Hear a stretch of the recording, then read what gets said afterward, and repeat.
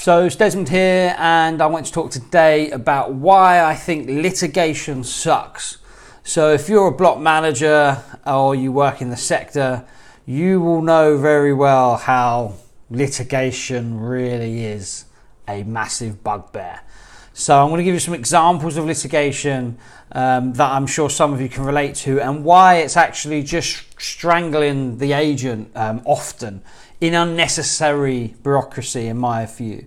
We've seen, lots of different cases, and when you say litigation in leasehold, people often think of maybe someone not paying their service charges, getting taken to court and going through that kind of, process, that arrears recovery process, and that in itself is litigation. But what I'm really talking about isn't so much an arrears process, it's more about other litigation that comes up that block management companies have to deal with. And it's damn annoying. So I'm just give you some examples of some of the things that we've had to deal with and do deal with, and it goes unheard of. But I'm guessing there's agents out there that can sympathise with me on this issue. So one of the things we found was, or one of the cases we had, and obviously I'm not going to mention any names here, but one of the cases we had was where someone's car got crushed wrongly. So I'll give you the scenario. It's private development. The car was untaxed, had no MOT. It looked like it was abandoned. It was about 20 years old. In all intents and purposes, it was there for a couple of years. Long story short, it got a tort notice, and as a result, the car got taken away and crushed. Now, the person ended up saying that actually that car was really valuable to them, and so on and so on. They had loads of valuable possessions in there. And this ends up becoming a case. Now, the car on the bookmark price was about £250 as a car. They wanted £1,000. They wanted about £500 for the items in the car. And it turns out that the person whose car got crushed didn't actually live there, didn't own a flat there. Someone related to them did, but they weren't parking in their space, they were parking in someone else's that was not even connected. So not only did this person not live there, they weren't parking in the space that was allocated to the person they knew, and they were completely just foreign, shall we say, to this development. And then obviously someone puts in a claim for a loss, because your car's been taken away. This is litigation. This becomes, you have to defend it, you have to put resources into it. And this is the sort of thing that goes on, and people don't know that these sort of things are happening. Well, I say people don't know. I know other agents know because they're dealing with it, I'm sure. But these are the sort of things that if someone puts a claim in, you're having to defend it, and it's frustrating. So that's just like, I call it, the car crush. It's just, that woman who got a car crush. It's just ridiculous. It's just ridiculous. But I wouldn't be surprised if, a sympathetic judge thinks, oh, actually, you shouldn't have had your car crushed, despite everything else. But anyway, that's just one example. Another example is, which is really frustrating if you're an agent, is the ombudsman. If someone goes to the ombudsman, we had a case where we stopped managing a development, and about a year later, we had a complaint about a deficit charge they had received, which was quite a lot of money. Now, this deficit charge was relating to a period we managed, but we're no longer managing, and we didn't raise the deficit charge. And what they were claiming was that because it was to do with utility readings being wrong and then getting submitted later on, and then there being a back bill of a cost. Now, don't get me wrong, yes, the meter readings should have happened, but the usage was true. So they still would owe the money and their contribution towards it according to the lease. But this person was saying, well, actually, that's unfair. And they want us to pay their deficit charge. And again, these sort of things go to the ombudsman, and it's like the ombudsman doesn't understand leasehold, in my view, because there's been, a few occasions we've had to deal with the ombudsman, and you're trying to explain sometimes what a lease is and how the dynamics of that works between the different parties, and I don't think they quite get it.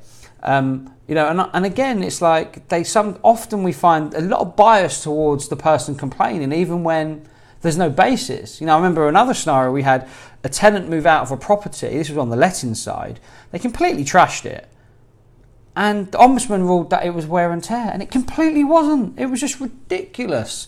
decision. And it's that sort of, it's frustrating. It's not quite litigation, so it's slightly off point. But again, I just find it's a body, it's a party that you have to go to, and it doesn't always feel like a fair due process.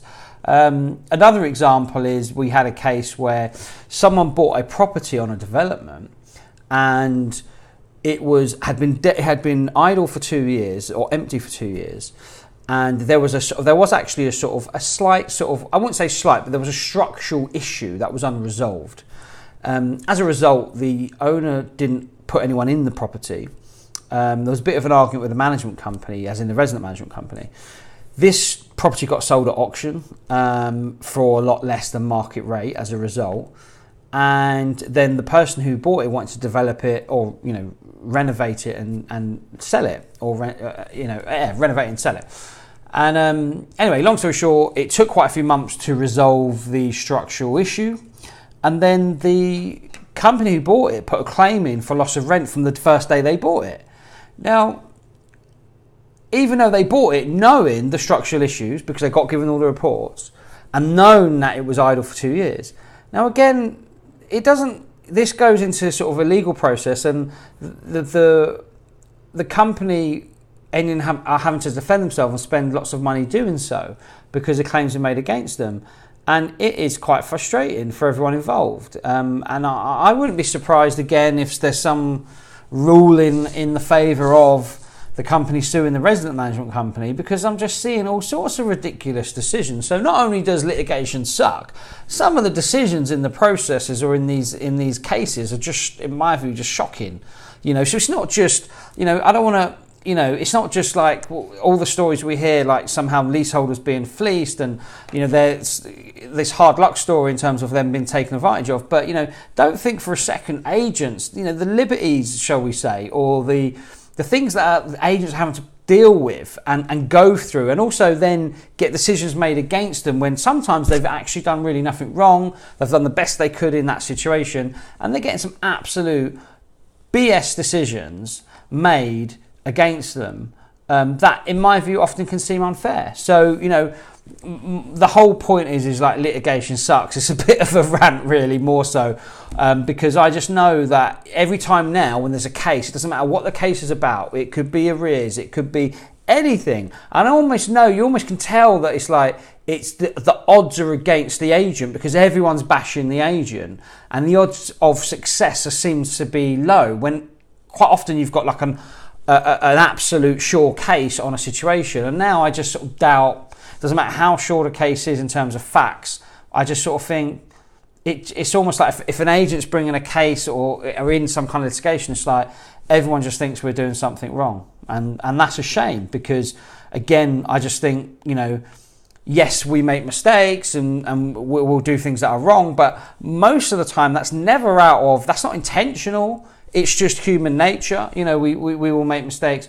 And to get wrapped up in costly litigation over everything and stupid little itsy bitsy things like, someone getting their car crushed, or someone getting a deficit charge, or someone suing for loss of rent. And it's like, all this is time and it all costs money. And, when we turn around to our clients and say, look, this is going to cost money, obviously they don't want to hear that, and it is frustrating. So, from my point of view, litigation sucks. I wish there was less of it. I wish there was less litigation, but it seems to be just becoming more and more and more, and increasing as people use it as a way of avoidance, in my view. A lot of avoidance when it comes to things, or avoidance to justify why I've not paid for 5 years. I know someone who's well known in the industry, and I obviously can't name names, and they haven't paid like service charges for 5 years. And if anyone knew who this person was, you'd be shocked. And if you knew the defence they were putting in for non-payment, I mean, the mind literally would boggle, and I wish I could say who that was, but I can't, because obviously it's legally privileged. But it's the shenanigans of litigation that we're having to put up with. That is why it sucks. So not really much more to say on this matter other than less litigation, because it sucks. So anyway, look, thanks for listening. If you want to subscribe to the podcast or the videos, just hit the button, subscribe on Apples or Stitcher, and thanks for listening. I appreciate it. All right, take care, guys. Bye.